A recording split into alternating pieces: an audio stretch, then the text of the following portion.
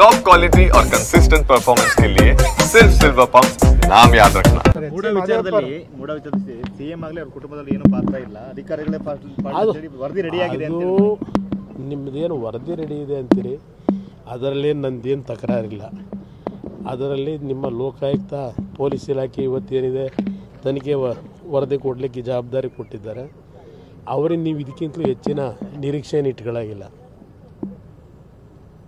ಏನು ಹೆಚ್ಚಿಗೆ ನಿರೀಕ್ಷೆ ನೀವೇನು ಇಟ್ಕೊಳ್ಳೇಬೇಡಿ.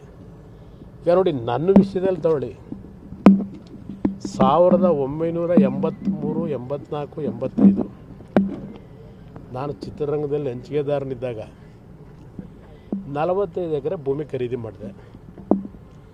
1985 ಅದಿಂಥದ್ದು ನನ್ನ ಭೂಮಿ.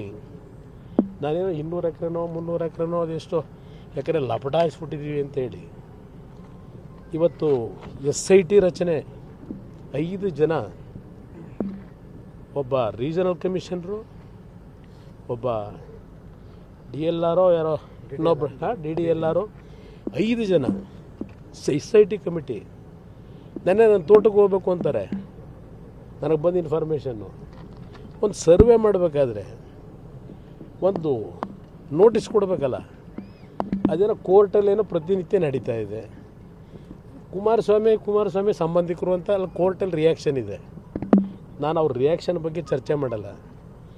ದಾಖಲಾತಿಗಳು ಯಾರು ನೋಡಿದ್ದೀರಿ? 85ರಿಂದ ನಡೀತಾ ಇದೆ ಇದು.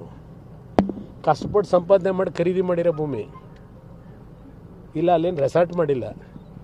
ತೆಂಗಿನ ಗಿಡ ಅಡಿಕೆ ಗಿಡ ಹಾಕಿದ್ದೀನಿ. 40 ವರ್ಷದಿಂದ ನಾನು ಸೂಪರ್ದಿಲ್ಲಿದೆ. ಇವತ್ತು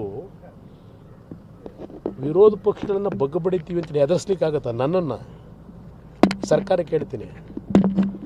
ನೆನ್ನೆ ಅದಂಥದ್ದು ಪೊಲೀಸ್ ಫೋರ್ಸು ಎಲ್ಲರನ್ನೂ ತಗೊಂಡು ಹೋಗಬೇಕು ಅಂತ ನಿರ್ಧಾರ ಮಾಡಿ ನಾನು ಕೇಳಿದೆ. ಅಲ್ಲಪ್ಪ, ಇಂಟರ್ನ್ಯಾಷನಲ್ ಸರ್ವೇಯರ್ನ ಯಾರಾದರೂ ಕರೆಸ್ಕೊಂಬಿಡಿ, ಆ ಭೂಮಿಯಲ್ಲಿ ಏನಾದರೂ ಒತ್ತು ಆಗಿದ್ರೆ ತಗೊಳ್ರಪ್ಪ. ನೀವು ನನಗೆ ನೋಟಿಸೇ ಕೊಡದೆ ನನ್ನ ಪ್ರಾಪರ್ಟಿ ನೀವು ಹೆಂಗೆ ಒಳಗಡೆ ಬರ್ತೀರಪ್ಪ ಅಂತ ಕೇಳಿದೆ ಕೆಲವು ಅಧಿಕಾರಿಗೆ. ಅವ್ರು ಹೇಳಿದ್ರು, ಒಪ್ಕೊಂಡ್ರು. ಸರ್, ನೋಟಿಸ್ ಕೊಡದೆ ಬರಲಿಕ್ಕಾಗಲ್ಲ ಸರ್, ನೀವು ಹೇಳಿ ಸತ್ಯ ಇದೆ. ಏನು ಮಾಡೋದು, ನಮಗೆ ಸುಪರ್ದಿಲ್ಲ, ಮೇಲಿನ ಒತ್ತಡ.